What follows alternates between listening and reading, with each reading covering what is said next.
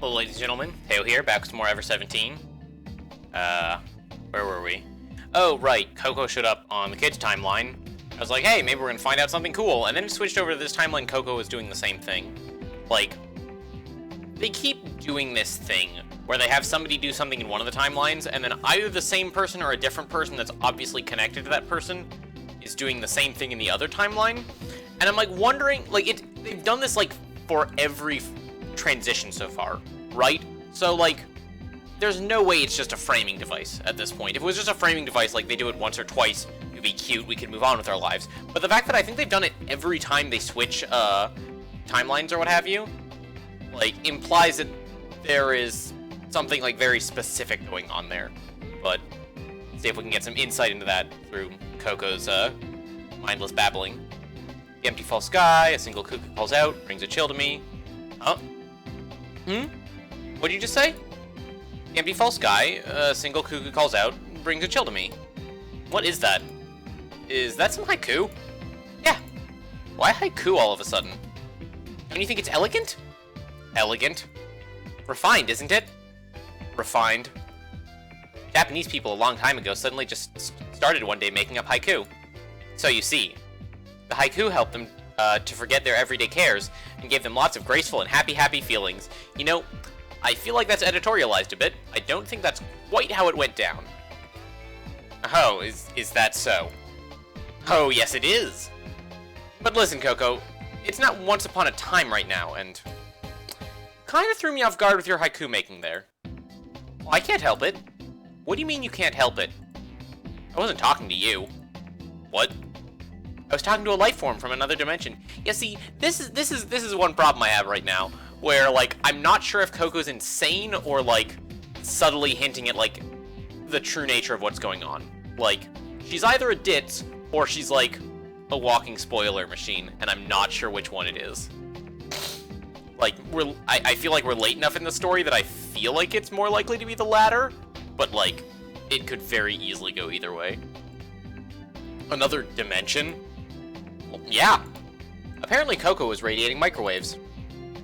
Oh, my head. My head. I could feel my brain starting to melt and coming out of my nose. Wait a minute. My brains couldn't be coming out my nose. I rubbed my nose with my finger. Something sticky and viscous was stuck to my finger. It was bright yellow. Crap! Crap, my brains are melting! Wait, sticky and yellow coming out of his nose? Is that just, like, mucus?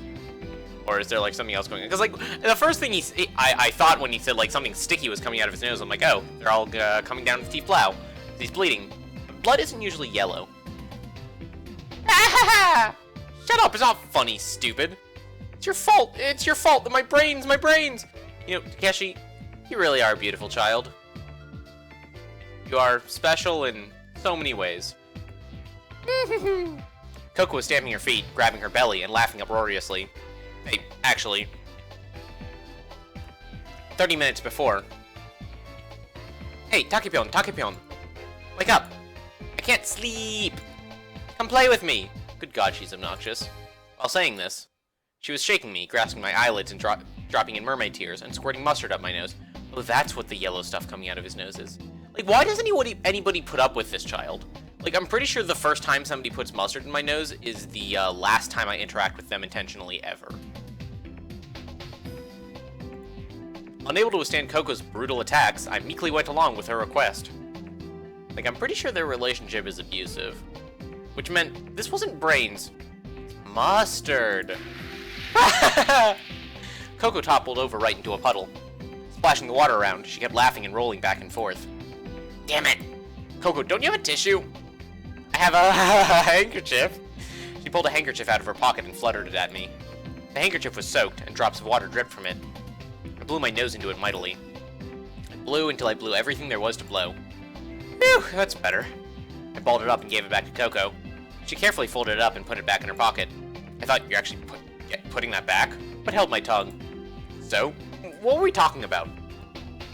About inching. You know what? I'm not even surprised anymore. I am, past the point of being able to be surprised by Coco's inane ramblings. I just figure that, like, She understands the universe on a much deeper level than everyone else does, and it is not the place of mortals such as myself to question her elusive ways. No, we weren't. Inchworm, inchworm, inchy, inchy, inchworm. Inchworm, inchworm, boop, boopity. Coco began inching along the floor, flat on her belly. I wouldn't say a word. Hey, Takipion, Takipion! I'm not playing inchworm with you. What? Why not? I'm just not. No, no, no, no, no, no! I want to Ingy Wormy! Coco splashed at the water. I went through this last night. There's no way I'm making the same mistake today, I swore this to myself. I'm going to bed. What? She jumped up and clung to me, sopping wet. No, I won't let you sleep. Coco, I'm sleeping whether you let me or not. Why are you being so mean? Also, if she had taken that as a challenge, I would be deeply concerned for your well-being moving forward. You're the one being mean, Coco. Yeah, I'm with Takeshi on this one, which is not a sentence that, like, I ever expected would come out of my mouth, but here we are. Takipion is just gonna abandon poor little Coco? We'll be all alone. Lonely. So lonely. Why are you being like this? Why don't you come sleep too? With you? You'll come snuggle with me? You know what? That's low-hanging fruit. Not gonna go after that one. I don't think so. Well, at least will you sing me a lullaby? A lullaby? Oh, you mean the one you sang before?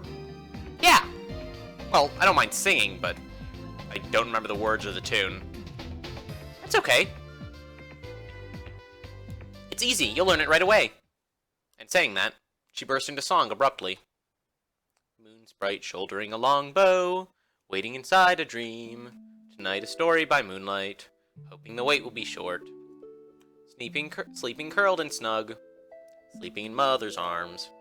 Water sprite lifting a pair of paddles, waiting inside a dream. This song never fails to confuse me, like, I'm not sure what it's about.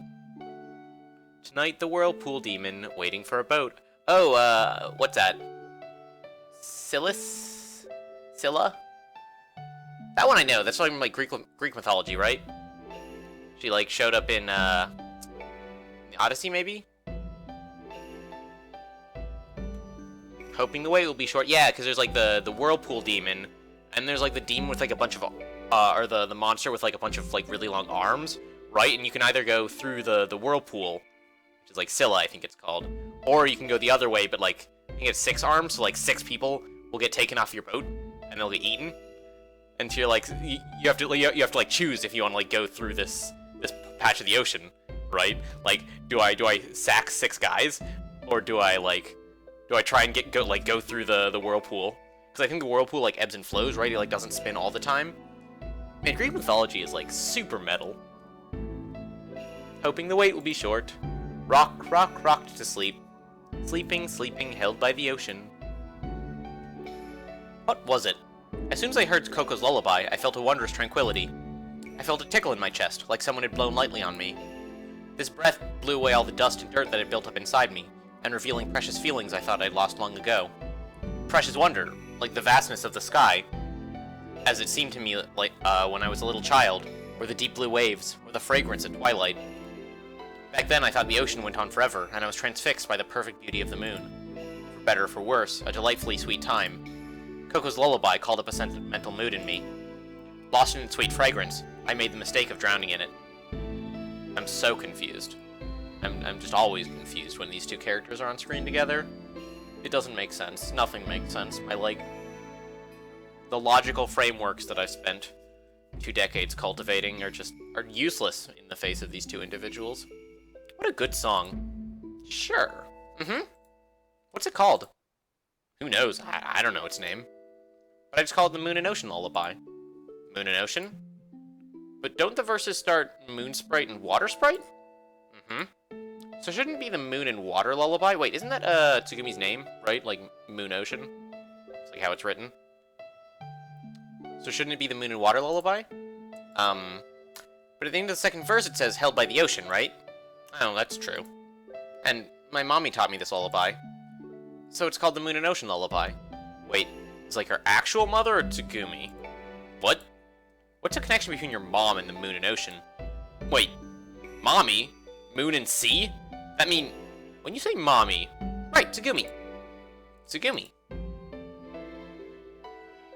She would sing it to me. Wait, what? Oh, right, never mind. Coco, like, showed up occasionally in this timeline. I don't have to be that surprised. But I kind of want to poke her. Can we poke her and, like, see if she's physically there? She would sing it to me. Tsugumi? But that's crazy. That's impossible. But no one knows the lullaby except Sarah and me. Haha. What? Why are you laughing?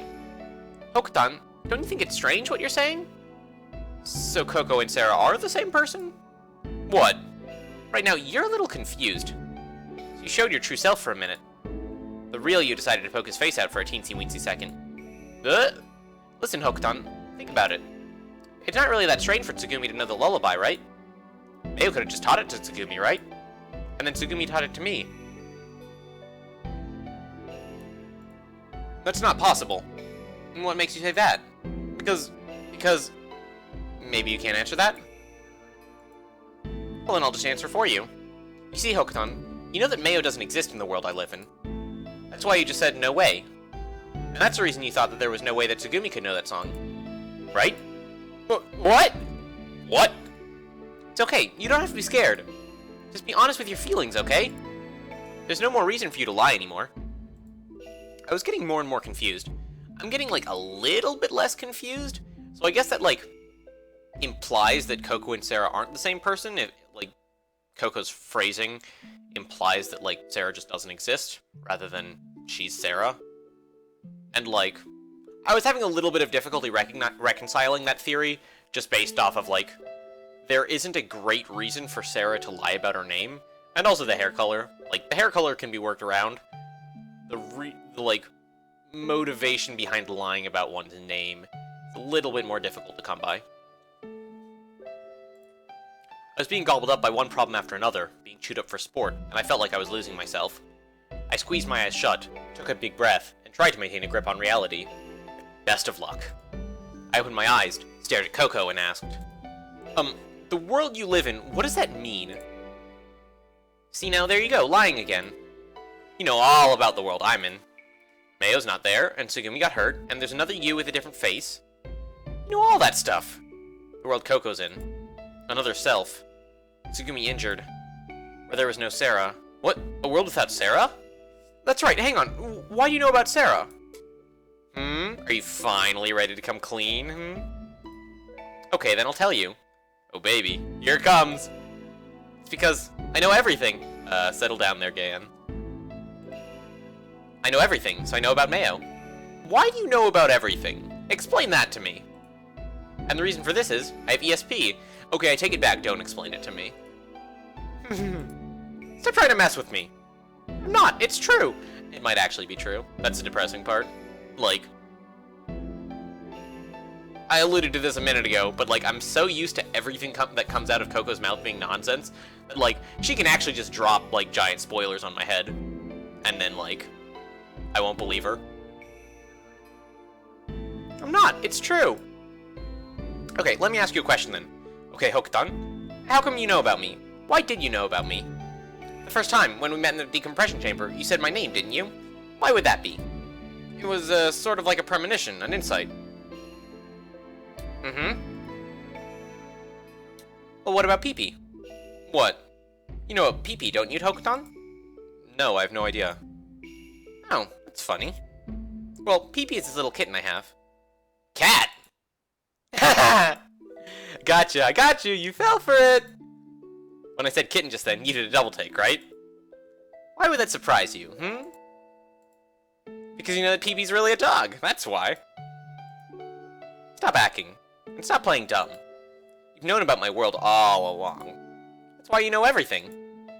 Tiefblau virus, Cure virus, IBF, Pygmalion, the terabyte disk. All of them, all of them! You've heard all those words before, haven't you? And this, I bet you remember this. How you and Mayo escaped from 102 feet deep down under the sea. Escaped with Naku using a siphon. Don't lie and say you forgot. I know you remember. Interesting. So Coco's route is like... assuming events are happening chronologically relevant to each other, which they're not, pretty clearly.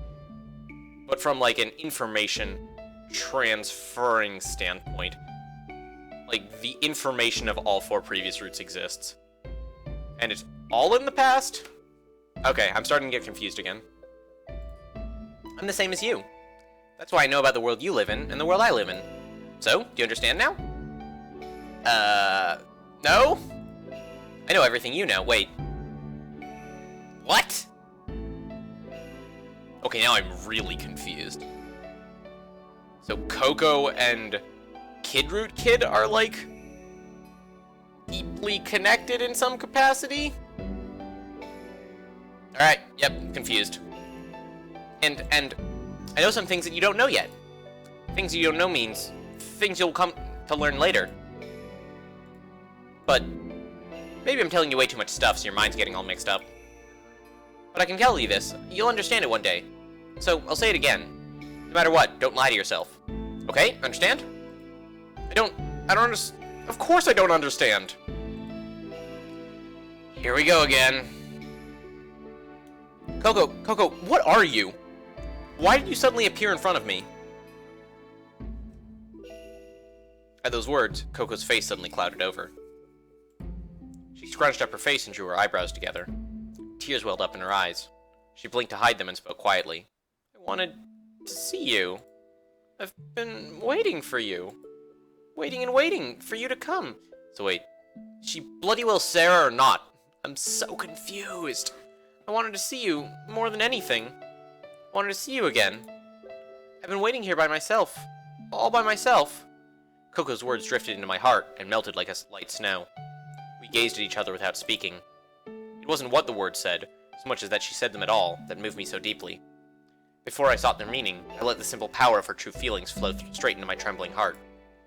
I couldn't take my eyes off of Coco's sad, tear-filled eyes. Coco laughed softly. I could tell it was forced cheer. The bravery of that laugh gripped in my heart. I'm sorry, I have to go. We'll be apart again for a little while. What? Okay, before I go, I'll tell you something pretty juicy. But pretty sure you've already figured it out. The dream you saw, it wasn't a dream. It actually happened, okay? Don't forget what I just said, alright? See you later, Hokuton. The next moment, she was gone. No, wait, come back.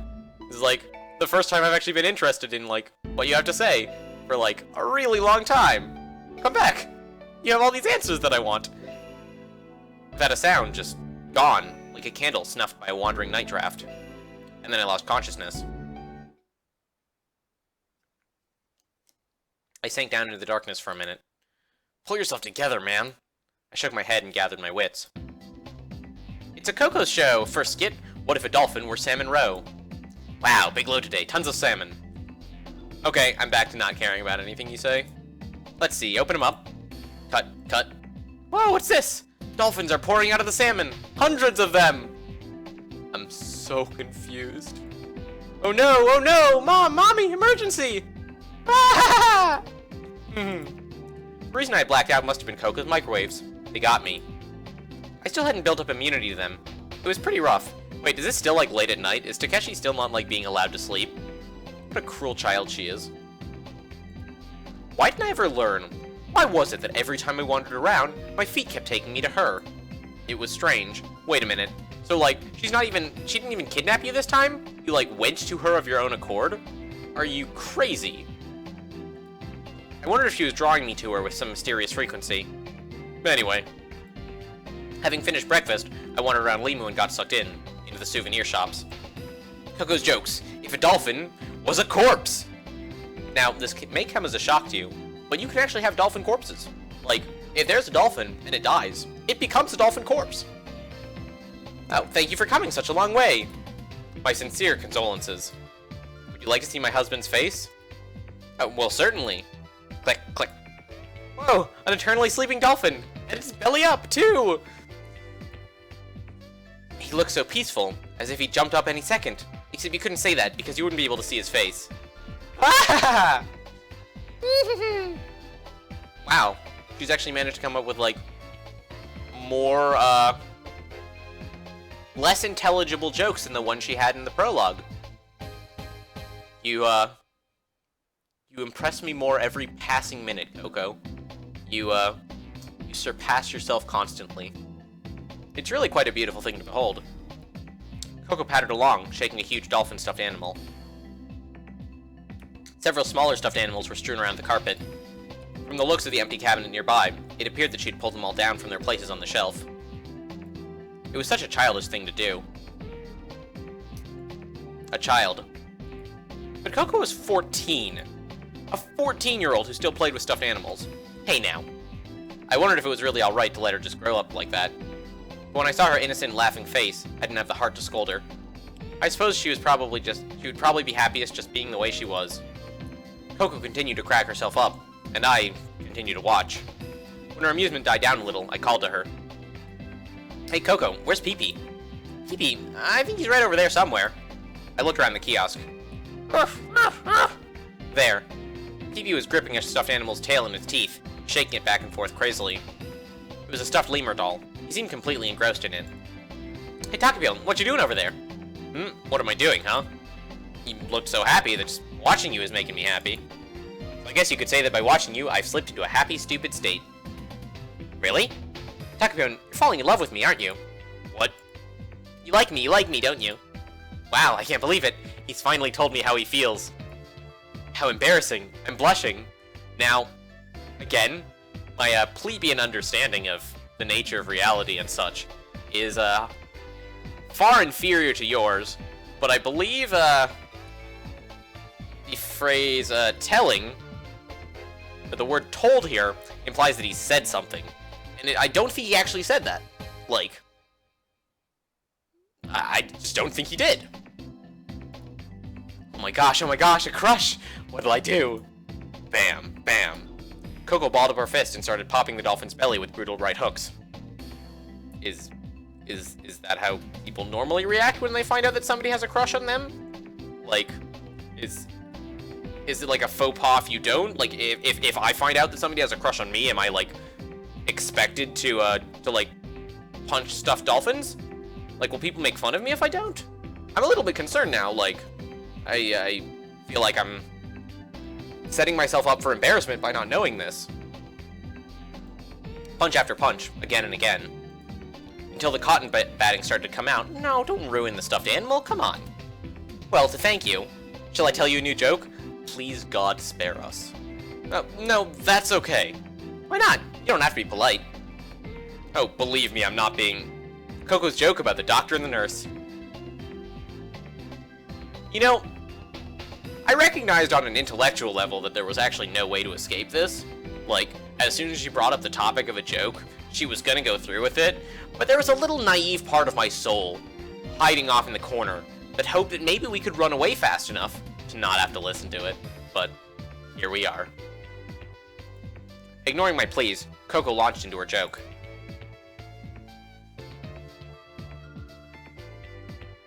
It was very long. Oh wait, have we been saved? Has Takeshi been, like, cast off as a sacrifice? Did he die for our sins? It was not funny. It was so bad, in fact, that I couldn't even muster a polite chuckle. Now, I'm going to inflict it on you.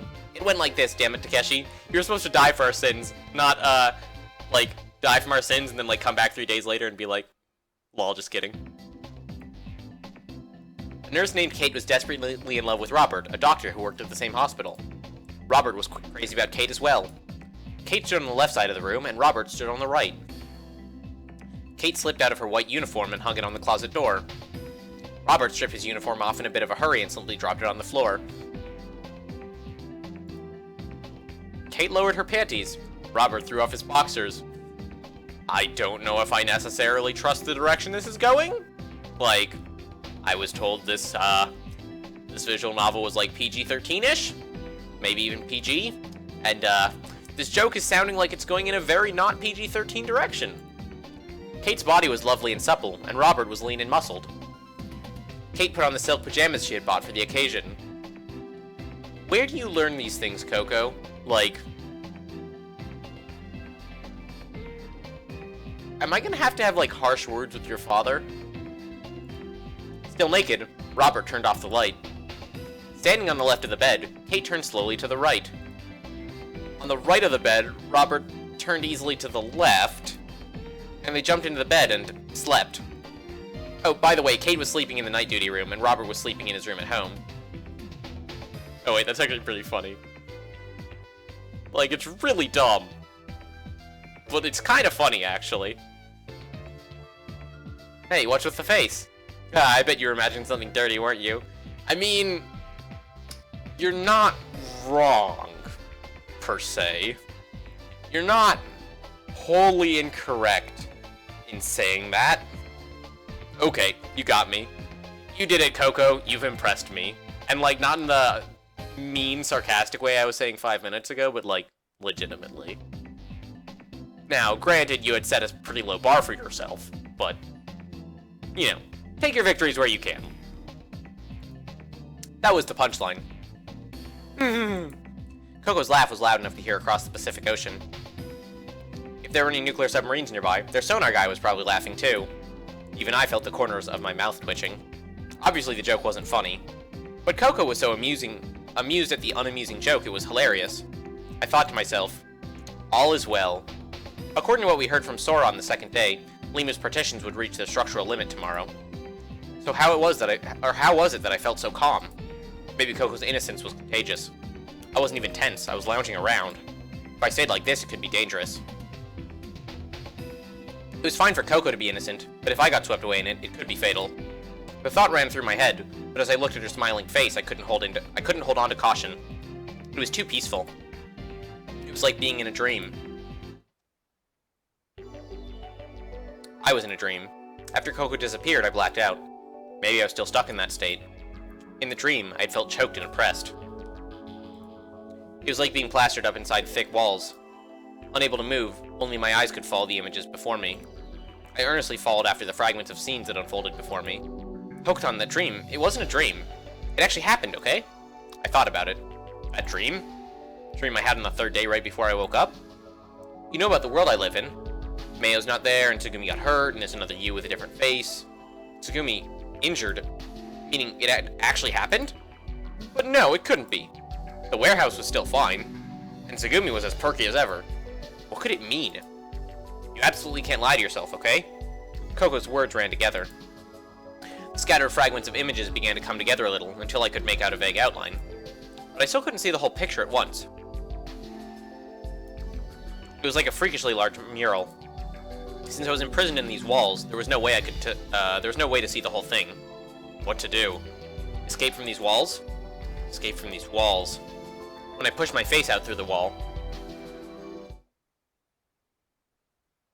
I woke up. I was in the infirmary. I looked around. I was alone.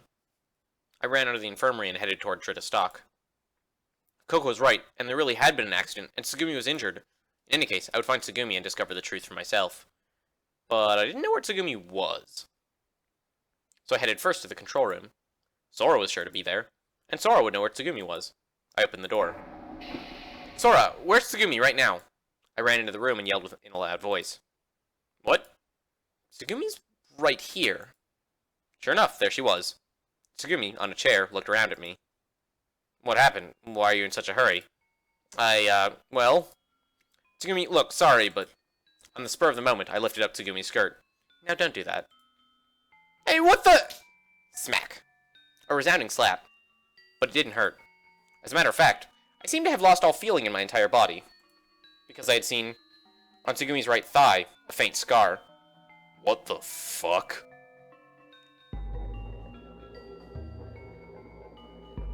What does that mean? What is that scar? Scar? The scar on your thigh. This is just an old scar. Old scar? From when?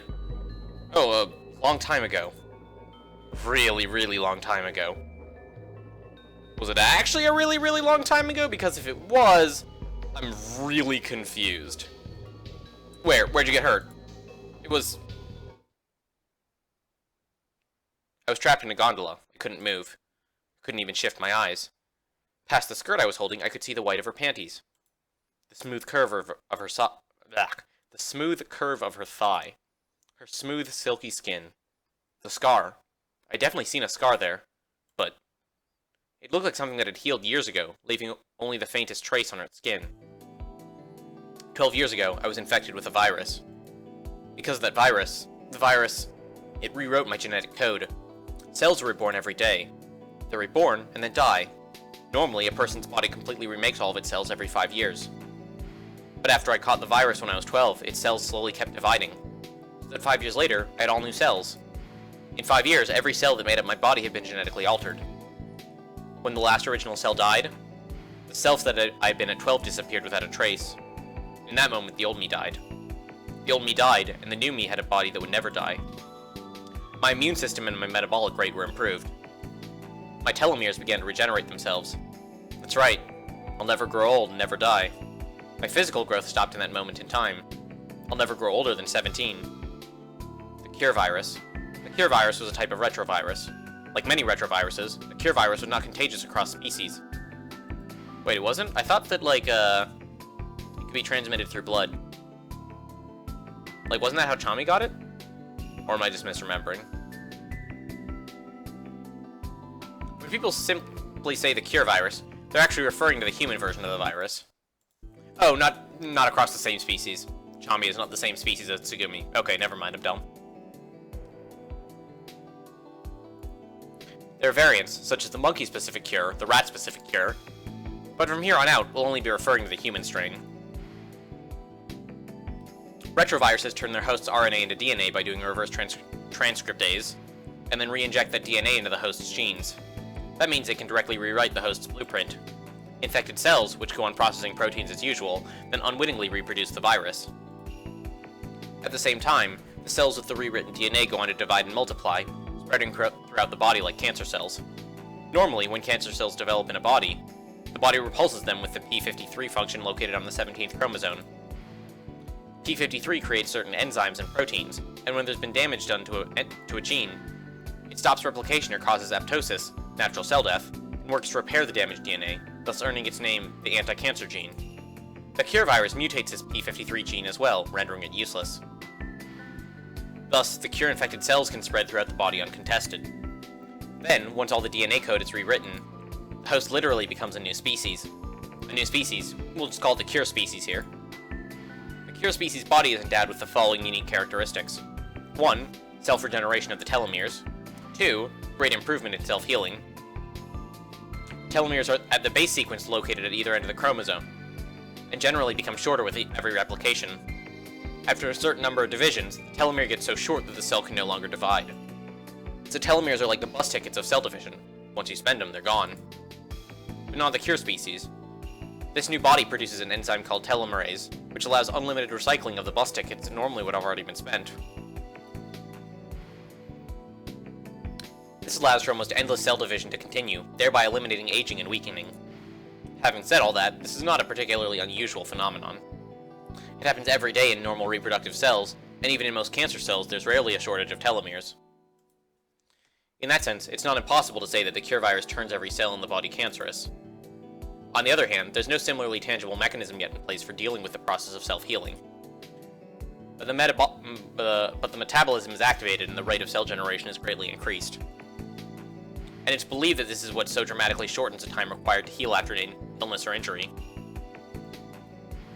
Actually, there's one more distinguishing characteristic of the cure species, which is infrared vision. Wait, what? Okay, so either this is just to explain why Tsugumi had, like, the same door handle knowledge as the kid in Coco did, or, like, something's real fucky. Like, I mean, I've hypothesized at various points over the course of the novel that various characters have the cure virus. At one point, I thought everyone had it. Currently, or at least as of 15 seconds ago, I was on the theory that only Tsugumi had it, but, like, infrared vision is, like, not a super common thing, right? Like, it would be kind of weird for, like, it to come up in two completely different contexts so that different characters get like this super specific trait through different mechanisms, right? Like, it makes more sense to just, like, it's sort of neater for just all the characters with infrared vision to have infrared vision for the same reason. Now, I'm not saying that's necessarily going to be the case, but, like, something weird's going on. I mean, we've known for a while that something weird has been going on, but, like, something weird's going on. Because in its production, it lost the faculties of P53. Pure species possess a constitution extremely vulnerable to ultraviolet rays.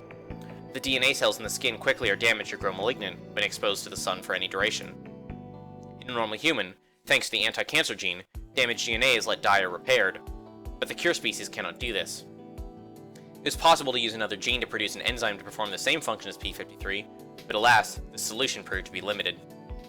Therefore, pure species are very vulnerable to ultraviolet rays and can only venture outside at night. The infrared ray vision was developed to make up for this shortcoming. I have this unique ability. Having finished a long talk on the cure virus, Tsugumi brought this up. Without touching something, I can see its temperature. Infrared vision is also called infravision. So, on the second day, when you stood in front of the power generator room and knew that it was too hot, that was because of your infrared vision? Yeah. How about that? Infravision. Interesting. You don't doubt me? She tilted her head like she was surprised.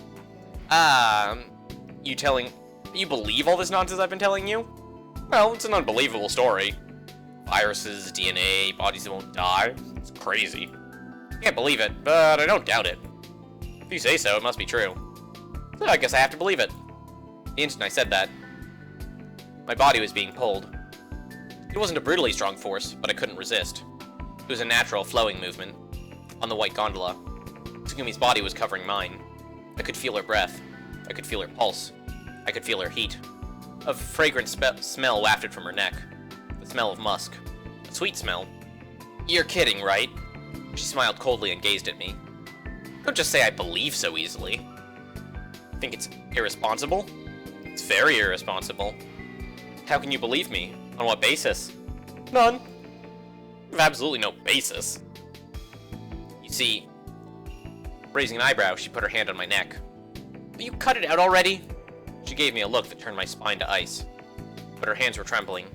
Her coldness was contrived. Calm down, Tsugumi. I spoke slowly, breathing deliberately.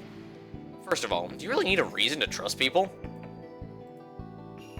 If so, then you don't have to trust me. Doubt me all you want. But I believe you. Even if no one else does, I do. I accept the truth. But there's no reason you should be able to do that. But I can. I want to understand you. Even if it's hard for me to believe, if it's the truth. The scar on your right leg, it's almost healed, right? Yes. I can't believe it, but that wound is almost healed. That's a reality, right? That's right. Show it to me again. I'll accept things as they are. You want to see it? She removed her hand. You really want to see? Her voice trembled faintly. She was speaking slowly, in control. If you look at it, you might regret it. If you knew everything, you might think, there's no way I could be human. You don't want me to look? If you show me, maybe you'll regret it. The fact you're not answering, was that a stupid question? If you don't answer, I'm gonna look whether you want me to or not. Please don't take people's clothes off without their permission, Takeshi. It's generally frowned upon. Don't decide for me. I didn't say that I didn't want to show you. The room slid into darkness. Look then. Don't flinch, look. At everything. I'll show you. Only you. I heard the sound of unfastening. In the darkness of the gondola. In the faint moonlight, the deep sea shined blue. Floating up into the darkness. It was a wound. Once etched deeply, but now healed to almost nothing. I had to squint to see. I may not have known if I hadn't gently run my fingers over them. Scars. All over her body, minutely etched, countless scars. Tsugumi's shoulders shook with her weeping. She cried silently. I grasped her shoulders. I pulled her to me, fiercely. Tears wet the floor. Tsugumi cried in my arms, on my breast, like a child. I wanted Tsugumi, and she wanted me. She accepted all of me, and I accepted all of her. We overlapped until we became one.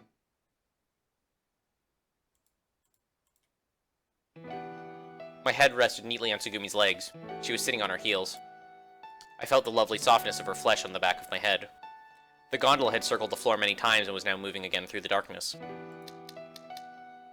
Click, click. What's that? I looked above to see Tsugumi holding something in her hand. She was clicking what looked like a pen.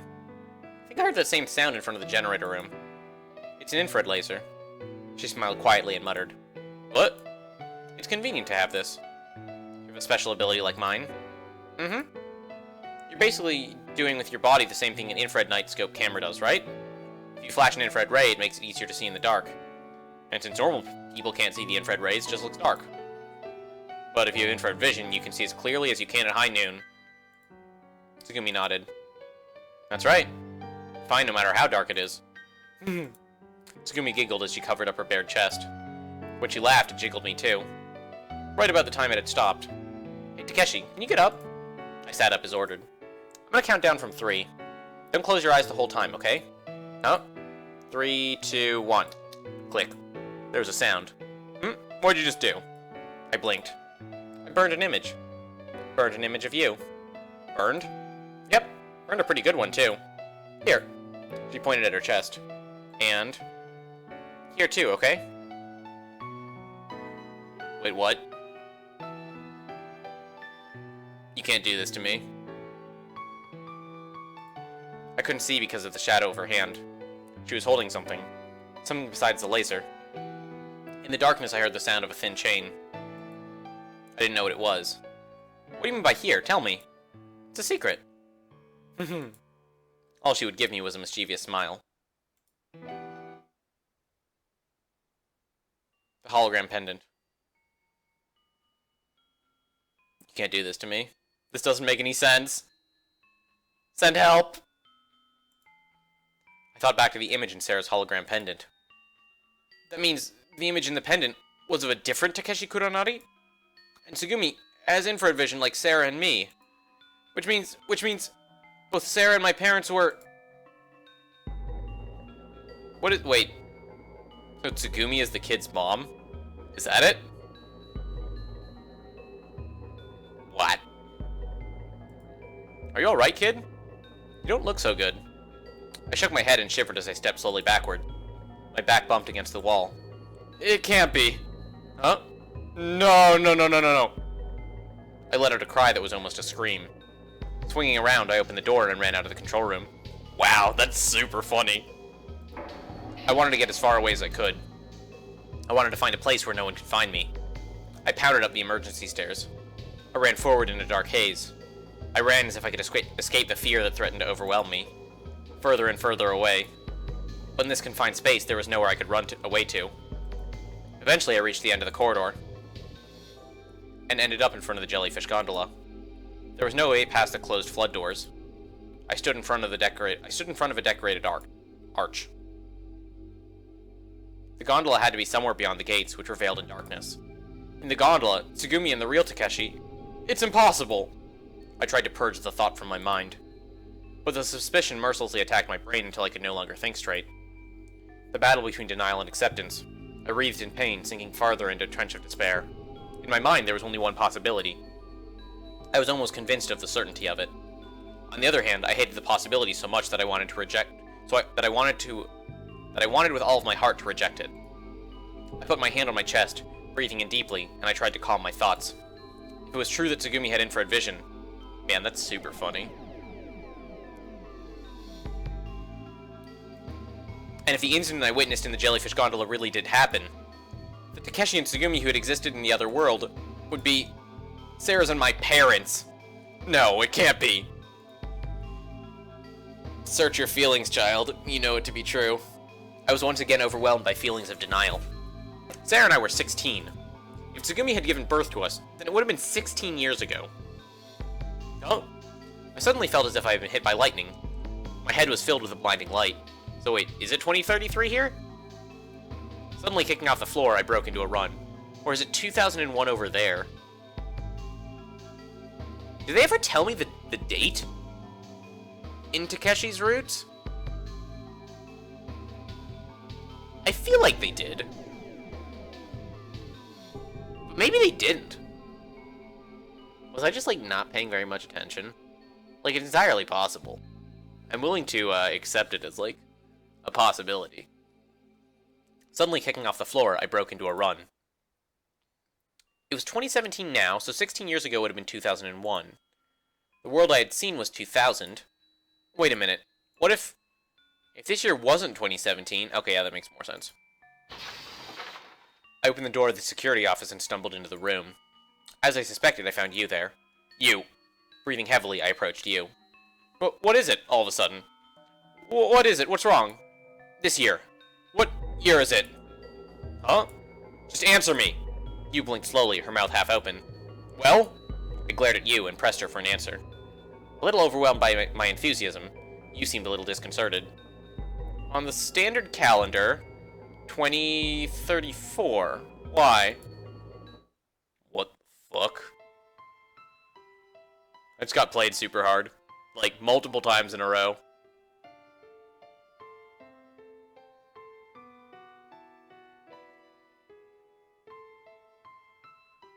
But then, like, that still doesn't explain why Coco knows everything?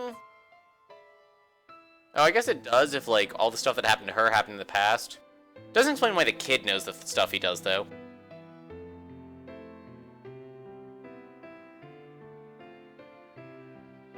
Man.